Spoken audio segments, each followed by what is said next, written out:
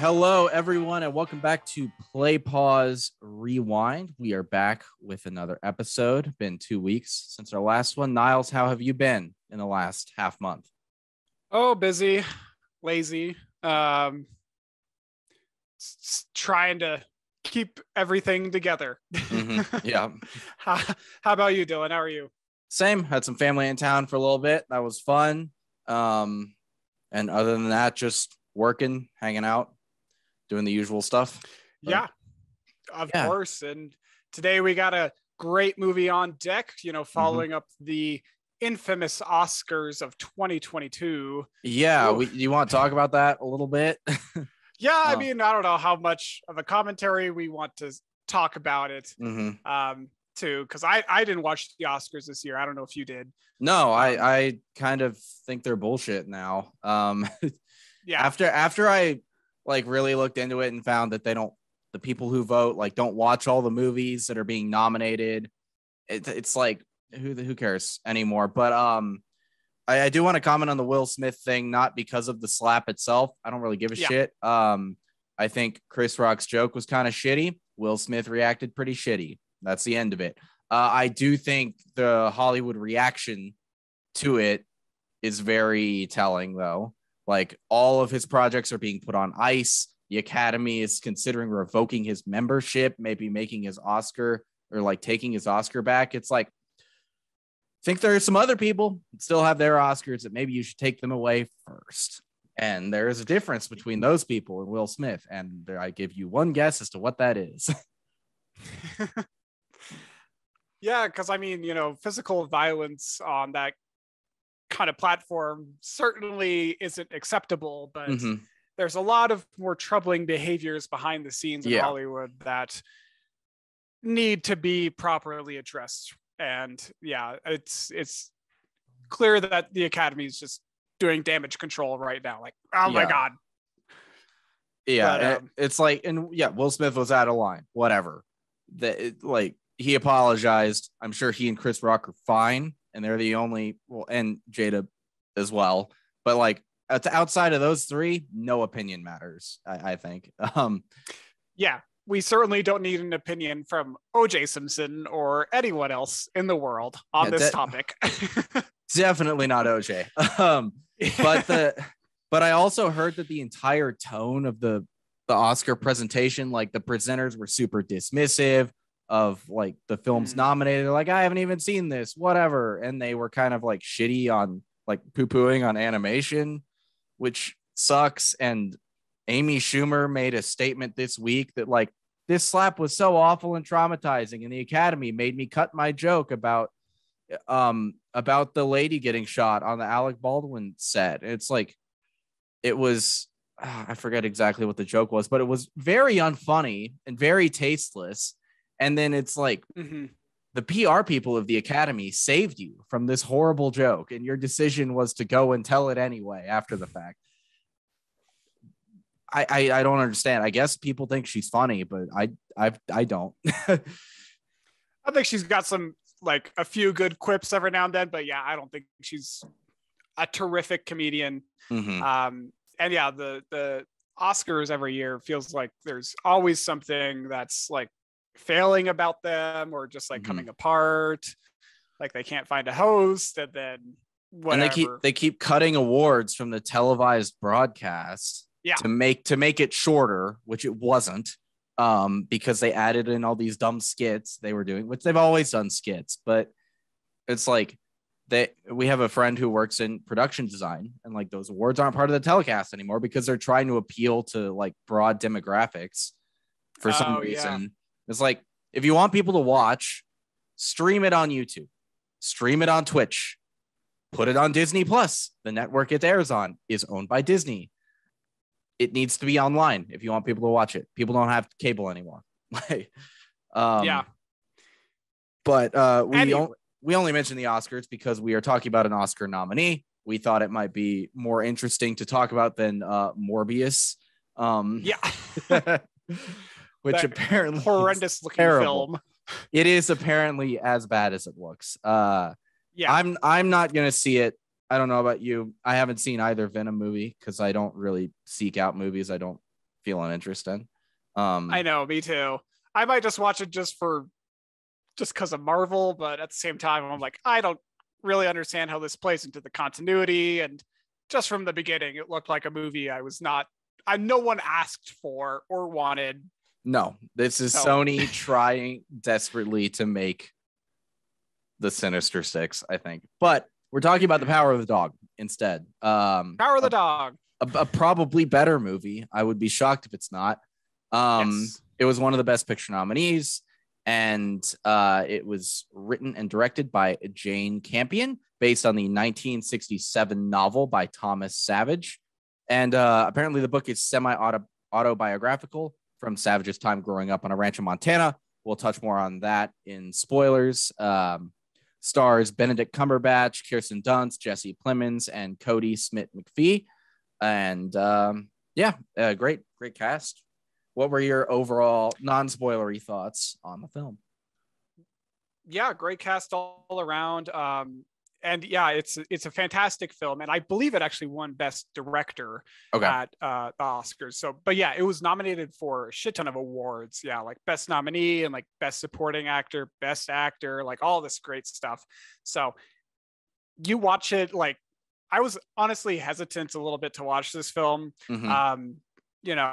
Just because I don't know, I'm lazy. And sometimes I'm like, when I get home from work, I'm like, I don't want to watch this. I want to watch something else. I want to watch like something that'll kind of like, it's just funny and lighthearted. It's Always Sunny or something else. But I'm glad we chose this movie to review this week, because within the first like 10 minutes, it just kind of pulls you in. It is so atmospheric. Like every shot is just gorgeous and cinematic. The atmosphere is just like, it's uncomfortable, but it's entrancing. It's eerie and it's natural. It really just draws you in. And yeah, all around, I think it's a great film. What about you, Dylan? Yeah, I really liked it a lot. I think it has some weird focus stuff that I'll talk about more in spoilers, but I agree on everything you said. And it takes place in 1925 in Montana, so it's a little bit later on in time than most Westerns I've seen typically are. It actually it also like it plays against that expectation for me, and also the expectation of a movie set in the 20s, because when I think 1920s, I think Gatsby parties, flapper dresses, New York City, like big urban settings. So it kind of set itself apart from two genres for me, which I thought was kind of cool. And the performances were all really good. There's like an air of unease about the entire thing that I think works really well. And it's great. And the movie sort of centers around two rancher brothers, the Burbank brothers, and Rose Gordon and her son Peter, who live in a neighboring town, and sort of how their stories become intertwined as the movie goes on. And it is very much about sexuality and masculinity and toxicity, toxic masculinity. Not what I expected going in. I didn't know much about it at all, but based on the trailers and some stuff I saw about it online, I thought it was going to be like grizzled older man and boy pair up like The Last of Us or Logan or something like that. I thought that was the dynamic we were getting, and it's not that really. Yeah, I didn't really know what to expect. From the title, I was expecting a dog to be present throughout the entire film. There was a dog. But there is a dog. It was not the main character, and that's okay. I'll accept a few films where the dog is not the main character. But yeah, I don't think I really knew what to expect going into this film either, and it just kind of knocks it out of the park, I feel like, in a lot of ways. Like, the storytelling is excellent. The character development is really strong too. And just the way that a lot of foreshadowing is portrayed throughout the film too, I think was really well done. And we'll talk more about that in spoilers, and the soundtrack too. The soundtrack, even though it wasn't like a lot of songs that we knew, the soundtrack did a really good job of establishing this like creeping feeling. Without getting too much into spoilers, there is this plot later on in the film of like that just really has to do with poison, and it just takes its time slowly, and the music really builds and builds and just adds like an extra layer to that. So it's I just love a good story that takes its time. And I think there's very little about this film that I did not like. Do you want to hop into spoilers then? Yeah, let's do it. Let's pop in. So I can do a quick recap here. So, it's about these two brothers. They live on this ranch in Montana, and as time passes, Georgie marries Rose, brings him into the family with his son Peter. Over time, Rose kind of develops this not so secret alcoholism, and Phil begins to develop this unique bond with her son Peter. And later on in the film, Rose gives away all of Phil's hides, and this kind of isn't great because I think that Phil might kind of let loose and unleash all that anger upon Rose, and Peter I think catches up on that in his head, and he's trying to look out for his mother, so he exploits this relationship that he's developed with Phil, poisons him, and thus in a way saves his mother. So that's kind of, I would say, a brief recap of the second act of the film. I think the poisoning plot is really integral to that, to the second act. It's like the film is almost in two halves, and the second half starts after Peter finds Phil's like private pond where he goes and swims and fantasizes about the man who sexually abused him as a child, Bronco Henry. And like we mentioned in non-spoilers, sexuality and toxic masculinity are big parts of this. Phil is very like man's man, rancher, dirty, doesn't shower, is an asshole to everyone for very little reason. But he is also repressing. It's heavily implied, almost stated, that both Phil and Peter are gay. And Phil is repressing this, and I think hiding it with this hyper masculine show that he puts on.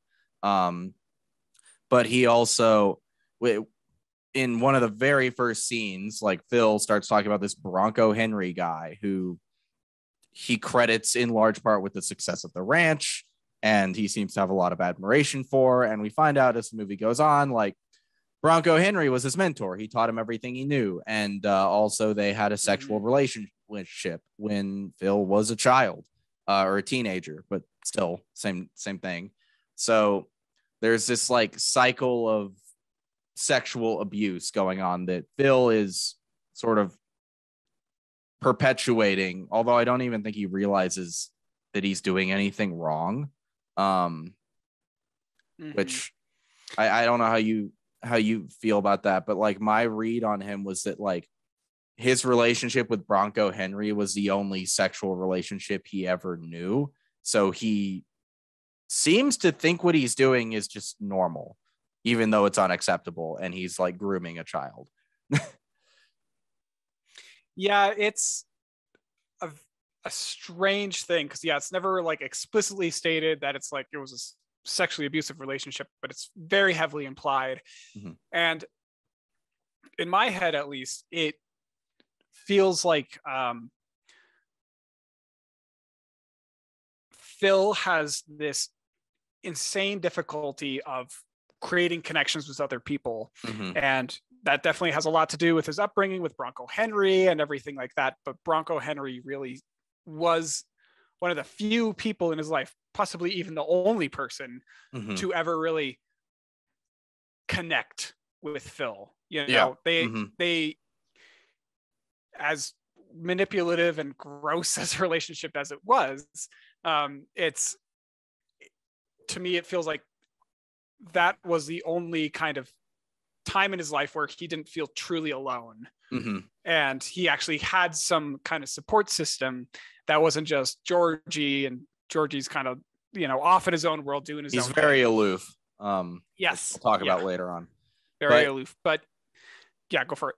Yeah, and I say the relationship is abusive purely on the grounds that Phil was a child, and also Peter at this point is a child, because like their dynamic itself could have been very loving. Who knows? But he's still a kid, so it's abusive and grooming and predatory in that sense. And which is why I think maybe Phil doesn't feel like he's erring when he's doing the same thing to Peter, because he obviously looks back on this relationship very fondly. He seems to like Bronco Henry quite a lot. He masturbates with the handkerchief with the dude's initials on it. Like he has a lot of but he has bit, like, because of the time he's in, he has no one he can probably safely come out to. So you're probably right. He had like a solace he found in Bronco Henry and is trying to recreate that with Peter in the second half of the movie. Well, yeah. And, I think that solace is like absolutely personified in this film too, because it's this pond area where he just can't, like, no one else knows how to get to the pond. Maybe personified isn't the right word, but like embodied in this film. This pond area where he goes to bathe, he takes his time. This is like a place where you can really feel vulnerable, and he's got his little kind of porn stash, I guess. Yeah. So, that is literally like an embodiment of his own solace and his isolation. And the only person to like break through was this clever kid who, like, immediately when he also looked at that mountain, he was like, what do you see? There's a dog shadow on the mountain. It's like, no one else gets that right away. And that's an instant connection between the two. And it's, but yeah, it is very interesting too, because they start off in like, Phil is clearly like being mean to him, being abusive to Peter in the restaurant, like in the first scene that they interact. And then as the film goes on, he starts to loosen up, develops this connection. And it kind of, that speaks to that cyclical nature of that relationship that you were talking about. Yeah. But I think it sort of plays on that idea that a lot of, like, there are situations where someone who is abused as a child grows up and ends up becoming an abuser themselves. And I think it's playing into that. And it's just, we're in a time period and a setting where these are not fully understood concepts yet. So it's just like people doing this on a ranch and with no therapy or whatever in the 1920s. But yeah, I mean, that's like a super important part of the second half of the film, probably the most important part of the whole movie, but we did skip over a whole lot getting there. Yes, we did. Because the first half for me, and I don't know if you agree, but it felt like, and I don't even know if this is a bad thing or it's just how they chose to do it, but like the movie seemed to change its focus every few minutes, and I was having trouble grasping what I should feel is like the emotional through line, because it started, it seemed like it was about the two brothers, and Georgie seemed like he was like, he dressed nicer, and I got the feeling that like maybe he was moving on in some way, and that made Phil resentful. And then for a little bit it focuses on Georgie and Rose as they get married. And then Peter just like leaves the movie for a bit. He goes off to school, and then Rose and Phil is a focus for a little bit. And then Phil and Peter are very explicitly the focus for this entire second half. And Rose's alcoholism builds through that. So how did you feel about, do you agree that it felt like that? And if so, how did you feel about it? I do agree partly with that. Cause yeah, it is a little unpredictable as a film, every chapter, cause I think there's 6 or 5 chapters in the film. But every chapter goes a direction that you're not really expecting. The first chapter, just like you said, I agree. I thought this movie was really going to hone in on this relationship between these two brothers and kind of like how they drift further and further apart or something similar to that. Yeah. That's what I was expecting for sure. And then as the film goes on, the next chapter, completely different direction than what I was expecting. You know, and then the next chapter, they bring over the governor and his wife and their parents for a dinner party. That was so uncomfortable. Yeah, that was a very strange scene. And then Phil is just kind of like mocking her with the banjo, like playing it really aggressively. And it's just like, wow, you are such an asshole up there. But and it really plays with your expectations too, because for me, the way my brain works, like I see that first scene with him mocking her with the banjo, and I think like, oh, in a more typical narrative, they will bond over the course of the movie, and then maybe she's struggling playing for the governor, and he steps in with the banjo and helps her keep the tune or something. No, no, not at all. And the governor scene was really like the biggest embodiment of George's character to me. He's just like some aloof prick who found someone he thought was attractive and was like, I will marry this woman. I never got a sense of genuine affection between them at all. It was a very like loveless relationship, and then he leaves the movie for most of it. He really does. Yeah, for like a couple that is together in real life, they did a great job of not really admiring each other too much. Like they just kind of seemed like a support system for each other, and then half the time they weren't there. Like Georgie was just gone for a long stretch of time, like I think in the 4th and 5th chapters, and it's like, where the hell did he go? She's just out here on her own, like having to put up with Phil. And her alcoholism, what in your opinion caused her to descend like that? Do you think it was specifically because of Phil, or he was exacerbating it, or do you think it was because she thought this marriage was going to be something and it's clearly not? I also didn't really understand why she wanted to marry him. It didn't, and maybe the restaurant is meant to be struggling or something, but I didn't totally pick up on that, and that could be just on me for missing it.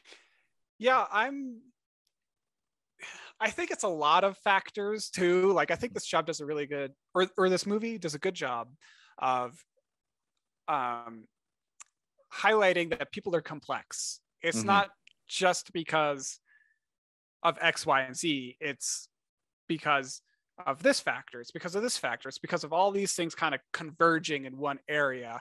And, you know, Rose, her husband, from my understanding, died like 5 years ago. He committed suicide. Yeah. He hung himself because he was an alcoholic. He drank all the way to the end. And so I think that plays into her emotional state, of course. You know, losing a husband in such a dramatic fashion, that's definitely got to have some mental health impacts. And then Phil probably exacerbates that in the film by just being mockingly cruel to her and, you know, kind of brushing her off, being like, you're not my sister, we're not related at all, like I don't care who you are.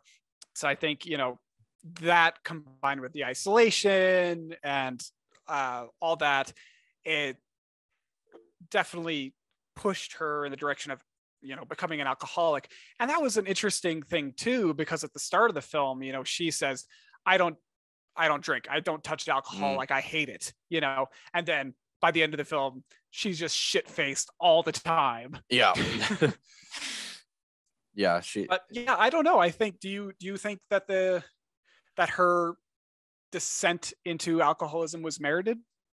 I mean, merited, I don't know if I'd word it that way, but like it's like addiction is addiction, but it's like it was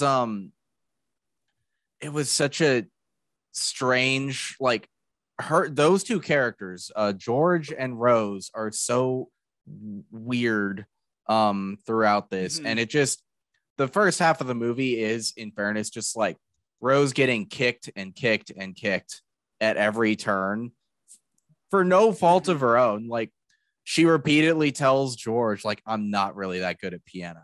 and he goes and buys her this fancy ass piano and invites people over to watch her play and makes her play for them and completely humiliates her.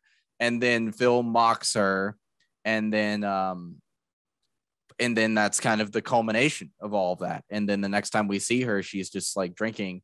So I guess it's just like probably just a combination of things, like everything added up.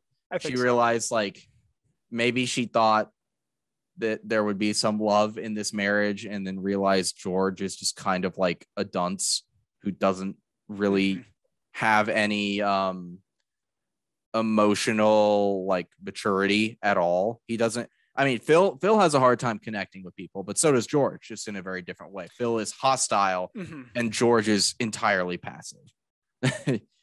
Yeah, and after I watched this movie, I was like pouring through like Reddit too, just like trying to like learn a little bit more, like what do other people think. So one thing that I found too is that, you know, I think both of these brothers, they represent like different worlds in a sense. You know, Phil represents the past of just like rough and tumble men. They are always out in the field working with their hands. They're gritty. They don't bathe. And then, you know, it's a harder life. And then Georgie Fatso, he represents a more, you know, gentle modern world, the present, that like it's evolving. We're using technology. We're getting a little bit more comfortable. Furnaces exist. Right. Know? Yeah. He drives the car. He wears the nicer suit and the hat, even when they're riding their horses and moving the cattle into town. So I think that kind of plays a little bit into like Rose too, because like, you know, she's expecting this different domesticated lifestyle. And you know, then there's I don't know what I'm trying to say. I think it's also you can't have one without the other, you know. Right. Well, and you may be right though, because like she is in the town, has a nice little setup, and then she sells everything to marry this guy who's presenting himself that one way, and then she gets out there and he's just not around, and she's stuck with Phil and all the other dudes. So yeah, that may be part of it. It was just this is a very strange comparison, but like the way George like left the story and Rose just kind of deteriorated, it almost made me feel like we were seeing the like downfall of Lady Macbeth from Lady Macbeth's perspective. Not that she has anything similar to Lady Macbeth, but like in Macbeth, I always thought it was so strange how like she's fine and then she's dying. And I was like, I didn't even realize she was dying until she died. And it's supposed to be because Macbeth is so occupied elsewhere mentally that he doesn't notice. And I thought that George was kind of behaving in a similar way. Like he was so mentally absent for everything that was going on his property that he did not see his wife completely descend into like full-blown addiction. And it's like, you know, Phil noticed it, Peter noticed it. Like it's so it was so easy to notice, like anyone could notice. And then George is like, what happened? She collapsed. She's ill. Well, how did that happen? And he doesn't even like, he finds the bottle in her bed and he doesn't even say anything or react at all. He's just like, she's just sick. It's like, no, man, she's not. Well, I guess addiction is an illness, but like she's drunk. She's hammered. That's why she fell over. She's hammered and it's hot. But it is weird how it's like in a more traditionally structured thing, which I'm not saying this needs to be. That's fine that it's not, but it's like the main story is definitely Phil and Peter. And we have our sort of inciting incident for that storyline about halfway through the movie, which is an interesting decision, I think. Yeah. And, you know, as I was watching the movie and the relationship started to develop between Phil and Peter, I was starting to suspect that it was, or the story was taking this direction where, you know, he was getting back at Rose for stealing his brother, you know, because she married him, and then he just kind of loses a lot of contact with him. And then, so I thought it was just kind of like a form of like, oh, a little bit of revenge. He's my son now. But the film did not play out that way. I think Rose saw it that way too. She at least had an issue with it. I don't know how much she was picking up on. I don't think very much, but I think she just didn't like Phil and didn't want that relationship to flourish. But one random observation I had too, there were a lot of shots in this movie where the subject of the shot was just to the left of center. And it's just a stray thought, but I thought it was very interesting. I looked into it a little bit to try to see if there's any specific meaning to that placement of the subject and couldn't find anything.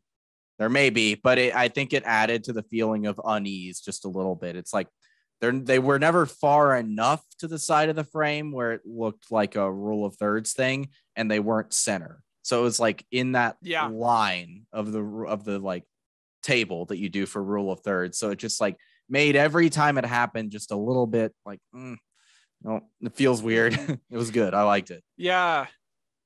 No, I noticed that too. I remember like as the film was starting and it like kind of had that like shot of the kind of the just the window in frame, and then there's like that image through the window and the character's kind of walking through. He's never like in the center of the frame. He's always like to the side or like on the side. So that's a good observation. And you know, maybe there's something there too with the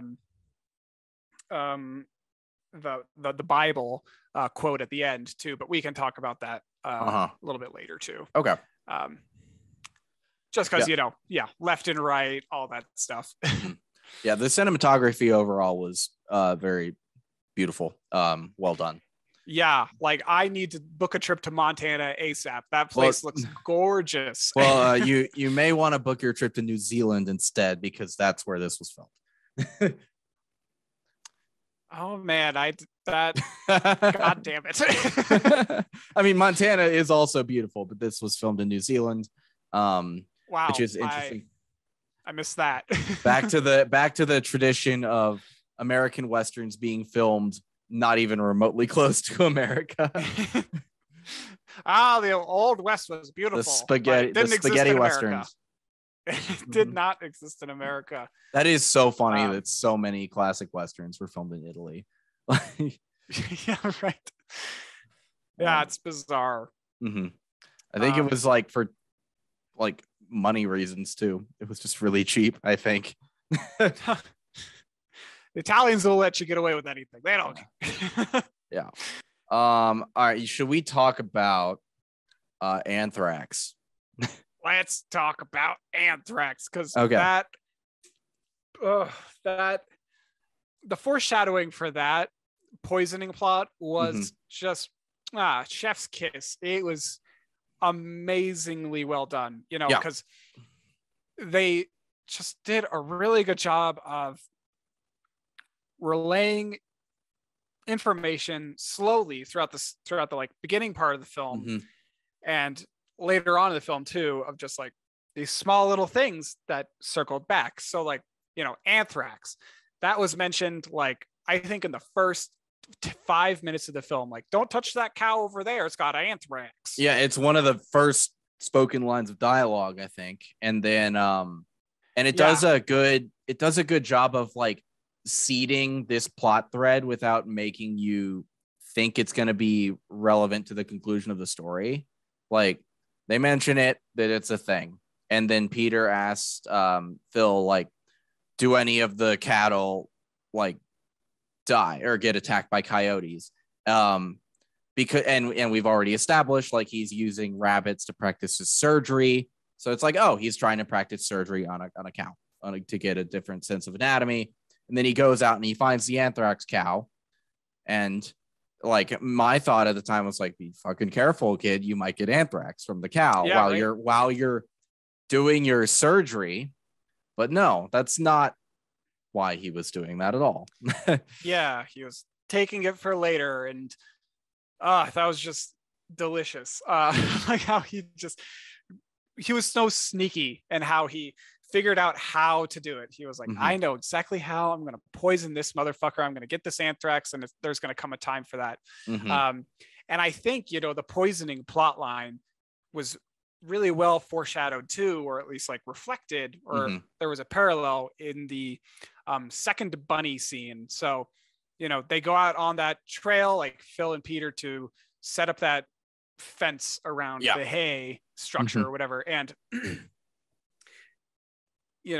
in that scene, there's this bunny that like sneaks under the pile of wood, and then they're like, let's like try and get it out, or like kill, like lure it out. And instead of just like scaring it out, Peter really gently pulls it out of its hole, kind of like caresses it a little bit, like, makes it feel safe and secure. Yeah. And then he's like, kill it, breaks its neck at that point.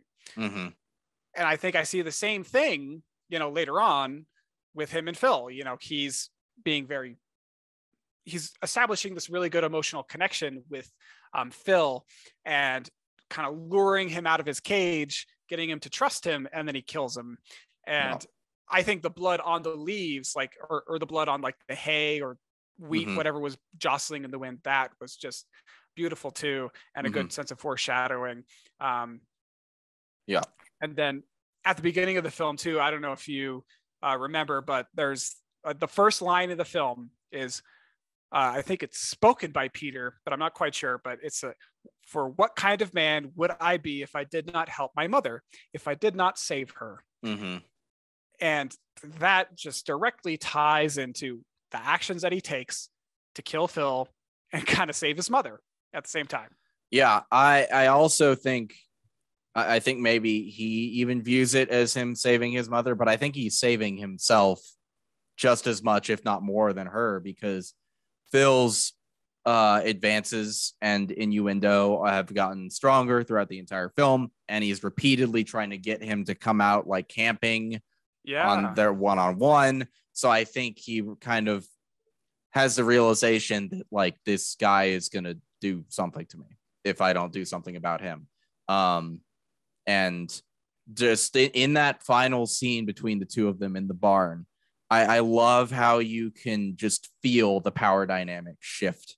As soon as Phil like dips the tainted leather into the water, it's like it's game over. And in that specific moment, like I hadn't put it all together just yet, but I knew that he'd gotten one up on him in some way. And then when he got sick, I was like, oh, he poisoned. And maybe I'm just stupid, but it took me a couple steps to put it all together. It's like, oh, he's sick. He poisoned him because he had the open wound. He put anthrax in the water. And then I was like, oh no, the leather he gave him was from the cow. He wasn't doing surgery. He was skinning it. So it was like, it's like, shit, this is so much more deliberate than I initially thought it was. It's crazy. But so Peter's much a little is psychopath. He is, but I mean, he's also defending himself and his mom, which but it's it like all of that communication is communicated without dialogue. There's the one line from the doctor that's like, I think it might have been anthrax. It's like, okay, yeah, it is, but well, yeah, I think you're totally correct there in that scene too, that final scene when they're like even smoking this cigarette. He's smoking it, and then he like puts his hand in front of Phil's mouth so he can take a drag, and it's like, yep, the power dynamic has shifted. Like Phil is no longer in control, and Peter has become increasingly confident. And I get what you're saying too about like it not being super obvious, and for me, just because like I heard anthrax and like that just kind of caught my attention earlier in the film. Like the poisoning plot line kind of felt a little on the nose to me. Like I kind of called that from a mile away. Like he's bringing the anthrax back. Like don't do that. But I certainly did not anticipate that it would play out that way. So I think there were small elements that were a little bit on the nose, but yes, the way it was slowly rolled out was just beautiful and caught me by surprise at some points for sure. Yeah. And it is like kind of scary that this kid pulled that off. And it's like, both sinister and empowering at the same time. Like he protected his family, but also it's like, Jesus. Well, yeah, and it's interesting too because Phil taught him so much. You know, he taught him how to ride a horse and like improve that, and like how to like create a piece of rope. You know, he taught him some very valuable skills, and in the end of the day, Peter kind of turns on his mentor. Yeah. The selling of the hides to the Native Americans was an interesting thing as well. Did you pick up on why Phil was so obsessed with the hides? Was it a control thing? Was it specifically for the rope? Like, because he was almost done with it. I didn't. I honestly don't know. I was confused by that too. Like, why are you so like? Why do you need to control all these hides if you're just going to burn them? Because they kept saying he was just going to burn them. Yeah, I don't maybe he's racist. I don't know. I think you are kind of right that it might have been just a control thing. Like he wants to control every part of the ranch. It's his life. They're his hides. He should do what he wants with them. So, but yeah, I didn't really get that either. It was so strange. I'm like, sell them in town, sell them to the Native Americans. Like, what is this weird thing? But it must just be or maybe that's what Bronco Henry did with them. And he's just like imitating Bronco Henry because that's what he wants to do in all aspects of his life, it seems. Yeah. I don't know. Well, any listeners, if you know the reason why, please let us know because we're a little bit lost here. Yeah. But yeah, I mean, it's a very beautiful film through and through, I think. Yes. I think that, and one other thing that I really like too is like the recurring motifs, you know, or like some of them, you know, the piano and banjo tune. I thought that was great. The handkerchief that you were talking about with the initials on it. Like, I'm not entirely sure if he used the same rag to wrap up his hand at the end, but in my headcanon, he did. That's my headcanon. So I thought that was pretty neat. And there are some others, but I'm just forgetting them too. God, just that. Also, that weird scene after Rose and George get married where they stop and like they're just on such different mental pages about what they're doing. You know, when they stop in the middle of nowhere and like she was like had a picnic basket and then she tries to dance with him and then he just like walks off. Yeah, that was a weird scene. The whole relationship is so weird. And I'm not saying that as a flaw against the movie. It's just like it really paints George as this guy who wanted to have like a wife as a prop. His entire journey through the first half is that he goes to this restaurant with his people. He inserts himself into this woman's life because from my understanding, that was the first time they'd interacted. I don't know if you agree. I think that was just about the first time. But then he just like goes back and it's just like, hello. And then they're married. And then he invites people over and like makes her perform piano for them. And then he doesn't do anything after that. Yeah, he's a weird one for sure. I think, you know, when compared against Phil, they definitely had like, I think, different goals in life. You know, Phil wanted to just be the rancher till the day he died and just own the ranch, control it, and just be the rough and tumble rancher that he was. Yeah. And George, I think, felt isolated to a degree too. Like he didn't connect as much with the ranching lifestyle. And I think he just wanted a little bit more out of life. Cause from my understanding, you know, their family wasn't super close. And I think he just really, really, really wanted a family, some kind of emotional connection. Like even like at that scene when they're dancing and he walks off, he's just like, I'm just so happy that I'm not alone anymore. And it's like, well, then why aren't you dancing with her? But yeah. Well, there was some like line about him not being able to dance or something. Oh yeah. But you know what it fucking is? Phil and George are like the two different main types of toxic men. Phil is the like alpha piece of shit, like asshole.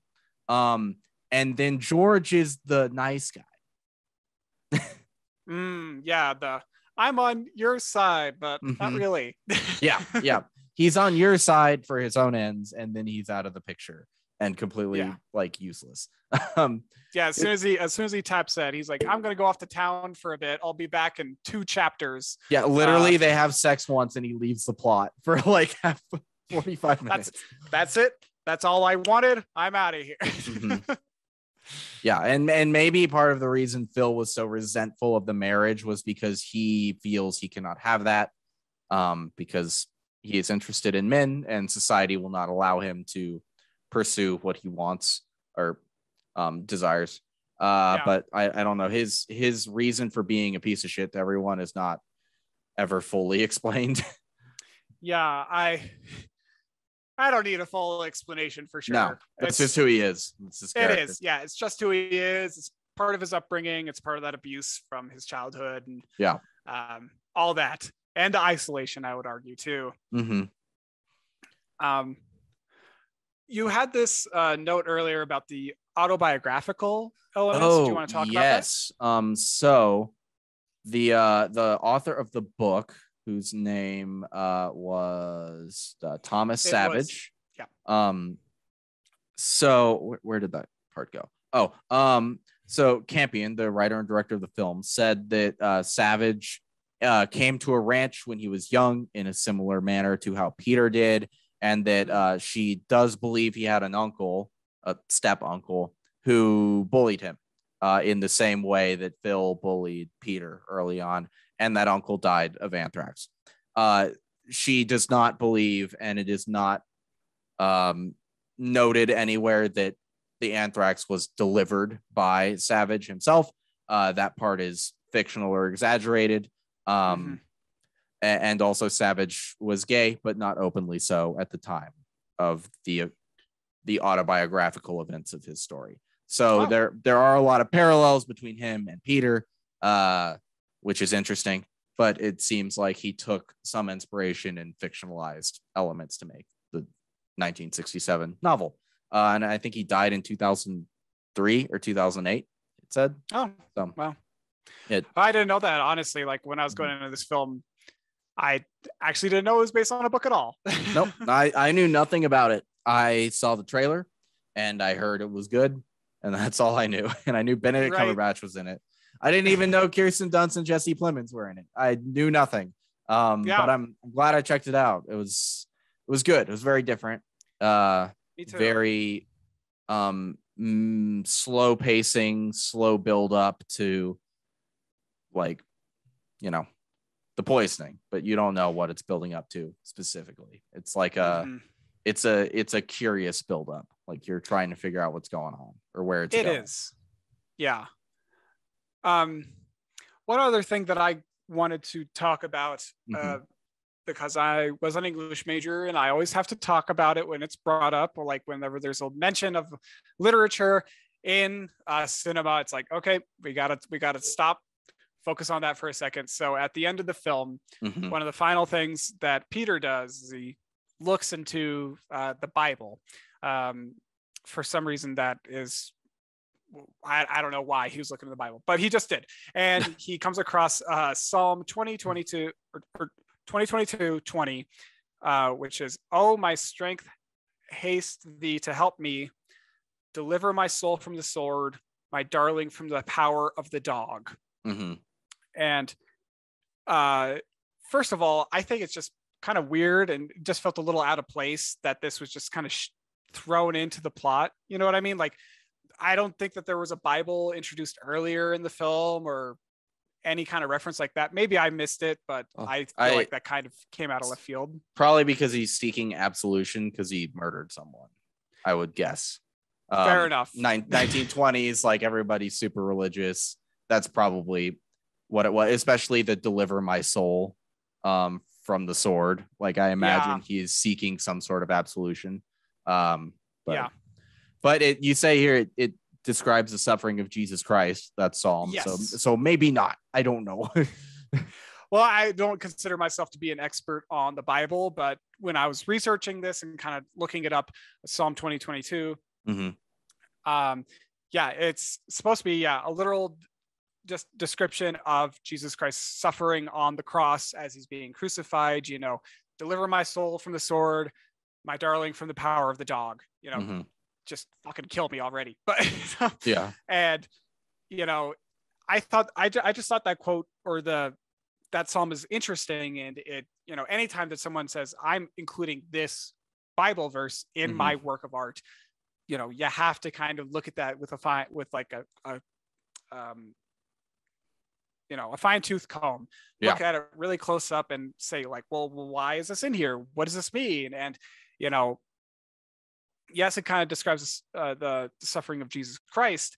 But I think there's also some interpretation here about who is who. In my opinion, I feel like the dog is Phil. Okay. Deliver or like protect me from the power of Phil, like get him out of my life. And then another part of me also feels like the soul that he's referring to in this passage is either Peter or Rose. I think either of them can kind of be plugged and played in there of who's being, delivered, who's being saved from that power of the dog. I don't know. Do you have any thoughts on that or? I think you're probably right.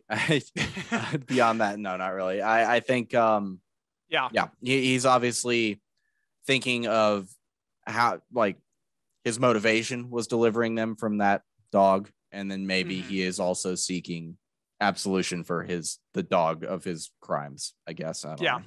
Well, I think, if you can just scroll through Reddit for like hours looking for answers on this. And there was plenty of people with theories, I think.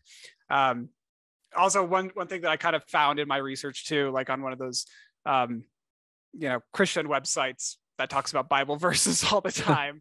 Well, it was just kind of an interesting quote that, dogs were seen as lowly pack scavengers back in ancient times who attacked the vulnerable. Similarly, Jesus's enemies banded together to strike in kind of a cowardly fashion, when he was vulnerable. So I think there's something there about the dogs and, even, they're just, they were considered scavengers. But then also in this film, the dogs are also, or at least the only dog that was featured in the film, sucked up to Peter, was very friendly, and was just like a ranch dog. He was just having a ball, keeping things together. So he wasn't low pack or anything like that, or a scavenger. He just was a dog. Yeah. I resent that interpretation of dogs, ancient people. You're wrong. But yeah, this is a good and very interesting movie. I can understand why it was nominated for Best Picture. It's very well done across the board. So I'd recommend it. What about you? I would definitely recommend it. When I first started watching it and like Benedict Cumberbatch came on the screen, I was like, oh, I just have a difficult time disassociating him from like certain roles like Sherlock and Doctor Strange. But I think he did a great job of embodying the character Phil and bringing that to life. So 100% recommended. I'm probably going to rewatch it at some point because I think I missed some things in this film and I want to just I feel like it's one of those where once you know where it's going, there will be tons of things that you pick up on a rewatch. Yes. So absolutely. Cool. Well, let's talk about some other stuff for a little bit. Just other things we've been watching or reading or playing. What all have you been consuming, Niles? Recently I'm a big fan of Wes Anderson films. I love them. I've watched The Grand Budapest Hotel many times, and Moonrise Kingdom is fantastic. And there's plenty of other films that I need to watch of his because I just love the aesthetic and the stories. They're always really cool. I sat down and watched The French Dispatch the other day, one of his newest films, and honestly, I was a little disappointed with that movie. I mean, it was interesting because it's about this French newspaper, and instead of just like telling like one narrative throughout the entire story, it separates it into like these bite-sized articles. So it's like, here's a story, and it's with this journalist, doing this story, and then here's this other story, and then here's this other article. And like that format was interesting. Like all the individual stories were great. But I think, the story as a whole, like the narrative, it just wasn't his best work. Like Okay. it was just too Wes Anderson. Too self-indulgent, you think? A little bit, yeah, Okay. I think so. And I think he was just trying to like cram a lot of like all of his classic tropes and everything into the film, and it was still beautiful. But yeah, I don't think it's his best work, unfortunately. Yeah. Wes Anderson, you mentioned Moonrise Kingdom. Some sad news, actually. I think you probably saw this, but Bruce Willis, Oh yeah. stepping away from acting and just retiring because he has aphasia.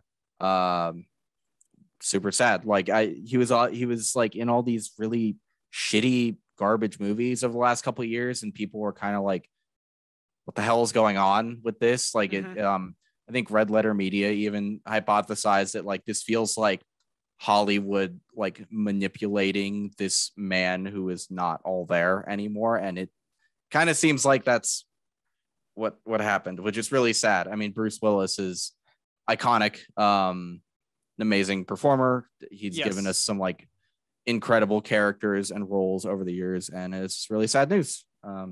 Yeah, that is. I did hear about that, and when that announcement came out, I also saw that the Razzies, because he won a Razzie for one of those recent movies, and they retracted the award. I think it was for all of them. He won it for the collection of. Yeah, they retracted it, which like fuck the Razzies overall, but at least they retracted that. Like at least they have more business sense than the Oscars do. Apparently.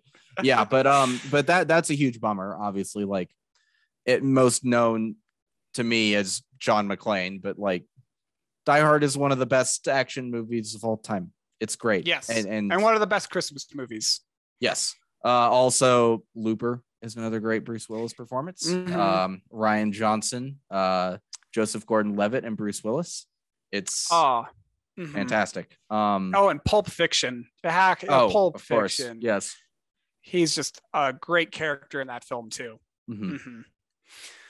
Yeah. Okay. Continue. Yeah. Sorry to interrupt that. No, I mean I think that was good. Thanks. We got the same two TV shows listed here, I think, for the stuff that we've been watching lately, which are Moon Knight and Halo. Two very nerdy shows, and I love them. Moon Knight good, Halo bad. At least from what I've watched. Have you watched both Halo episodes? I haven't watched. I have, yeah. So far. I haven't seen the second one yet, but the first one, I don't know. What do you think about it? I think the second episode is kind of boring to me a little bit. I may watch it after this recording. I mean, it's still good. I think it's still fine, but yeah, it moves the plot along, but it is a little boring to me. I think Halo, we might want to do a full episode on Halo at some point, but we could talk about that. But Halo, I think they're doing a great job with the costume design and like the storytelling. I think they're doing a pretty good job of like, this is the story that we're going to tell, and it's not going to be related to the main trilogy, I would say. Yeah. Or not super related as of yet. We don't know, but I think they're doing a good direction on those fronts. And, the action, I think, is spot on for what I want. But yes, there's a lot of disappointments in this series too, like John's voice, just a lot of other things. The whole aesthetic is off, I think. And like you and I both grew up with the games, so we have that bias. But I don't even mind that they're not directly adapting the games. I think that might actually be a win for them in some ways. But it's like they wanted to take the approach the MCU takes, where it's like they're drawing on the characters and lore of the comics, and they're making their own version. Fine, but that's like the guy is in interviews saying like, yeah, we didn't play the game, we didn't think about the game, blah blah blah. It's like, well, that's very apparent that you didn't. It's like you don't need to like the source material. You don't even need to respect the source material, but you need to understand it in order to adapt it. It's like Paul Verhoeven's Starship Troopers. The book apparently is incredibly just straight up fascist propaganda. Paul Verhoeven did not like that, but he read the book and understood it, so he was able to satirize it in the movie adaptation. This isn't like, I think this show does not understand why Halo works as a narrative, in my opinion. Like, the UNSC is bad. That's fine. They are bad in the games too, but like, is this what you're going to focus the whole thing on? Like, are we going to spend entire episodes about Halsey's funding getting cut? Like, is that going to be a plot element that keeps coming back? Because I don't care about that. Yeah. Well, and I'm also just like a little concerned about like how they're going to respect the source material too, because there's all this talk about in the show, like I won't give away too much for episode 2, but there's this talk about the Cortana program, and I'm like, don't you dare disrespect like the origin of Cortana or anything like that. Like, don't like write over what we already know from Halo Reach, like how she was kind of like saved by Noble 6 and transported to the Pillar Bottom and stuff. I think they're gonna skip all of that. But it, like, for me, the aesthetic is so weird. All the UNSC stuff looks just like generic clean sci-fi, whereas in the games it's very like gritty and militaristic, which is like, you know, it's a design choice. And then the Covenant stuff, like High Charity in the show, is just like a blank white place, whereas in the games it's like all very purple and it's very atmospheric. It just feels like everything is just off, and the Spartans move in a very floaty, like CGI way, like they're too light. It's just so weird. It's like it is, and it's like, if you were going to do a series on Halo, this really beloved video game that so many people grew up with, I feel like you got to get all the details right. And right now they're getting like 80% of the details right. I wouldn't even give them 80%. I like it's like the same names, but no one's acting the same. I do like the actor who plays Captain Keyes though. He's like a tiny character in The Last Jedi. He's like the medical frigate pilot who blows up. But I like his demeanor as Keyes, but no one else feels like themselves at this point, except for like Halsey a little bit. But it's a weird show. I'm gonna keep watching it for now. But I don't know if I could recommend this to. I was excited for it because I wanted to be able to share Halo with my family. My family doesn't play video games. But now I'm like, I'm not going to recommend them to watch this. Well, if I do, I'm going to have to like put an asterisk on that and be like, you're going to have to like sit through some shit that you're not going to like. If it gets good later on, I'll change my tune. But from the first episode, at least, the entire thing just left me going like, why? The elites look good. I'll give them that. The elites looked really good. The battle scene where they're just like wiping out all those separatists was like pretty horrifying. Like it was that was well done. And the arrival of the Spartans was very cool. We're just spoiling the first episode of Halo. Fuck it. Doesn't matter. Well, I think that first battle sequence that like kicks off the series, that's excellent. Yeah. And then everything after that is just kind of like it just kind of goes downhill very slowly. Yeah, it's just, I mean, it remains to be seen if the show picks up, but it just seems like it seems like another misguided attempt at adapting a video game. Like they almost never get it right because they don't. I don't think most of these people think of video games as art. I still think that's the problem, because they don't give a shit. They don't give a shit about the game. So how are you going to make a good adaptation of the game if you don't care to understand what the game's about? I know. Like, they're just trying to make money on any property that they can. Yep. The only one that really did it right was Arcane. Yeah.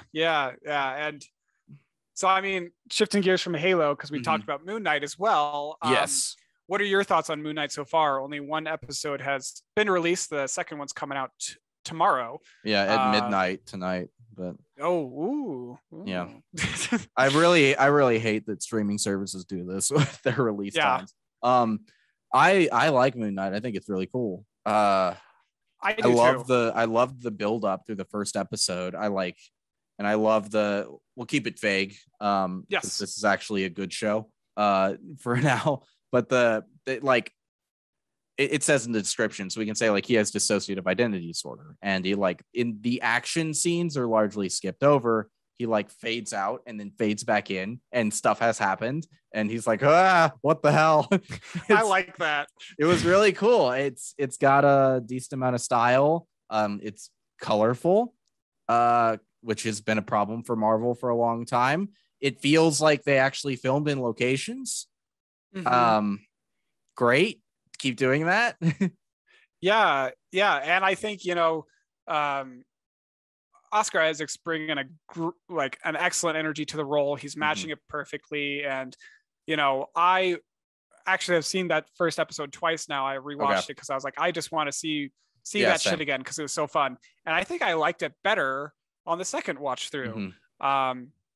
Without diving too much into spoilers, but there's like that voice that kind of starts speaking. And on the first watch, I was like, what the fuck is this? I'm not into this. This is weird. This better not be a recurring thing throughout the series.